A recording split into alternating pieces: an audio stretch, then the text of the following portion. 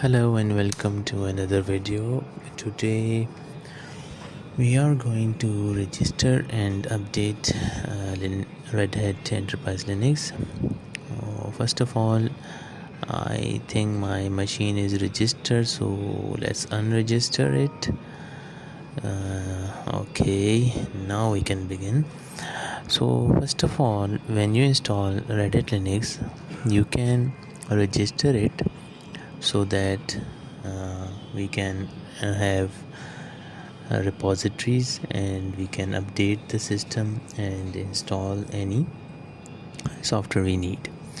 So the command for it is subscription manager dash manager, and first we take status of it. So you can see system purpose is unknown, means that it is not registered. To register it, we use subscription manager register, and you have to first create your ID at redhat.com, and then you can enter your username and password. So after entering password, it will take a little bit time to register itself.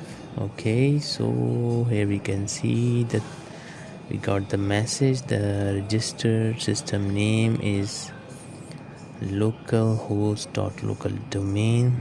So the system, and you can see the notification above that the registration is successful. Okay, so now again, when we take status, subscription manager status, this time you will see a different message that the simple content access mode is enabled.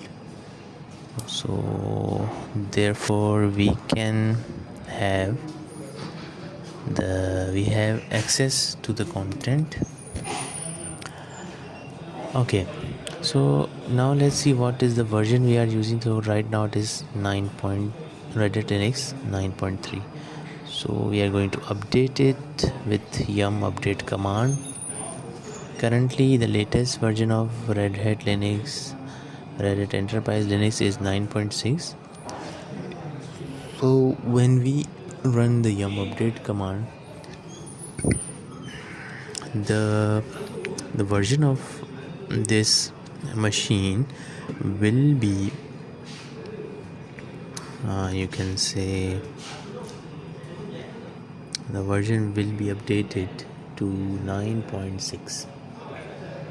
okay, so excuse me. It depends on your internet connection. So depending on your internet connection, it will take a certain time to update. Right now it is not updating, it is just downloading the metadata for the update. Okay, so after it is done, it will show you the size of the update.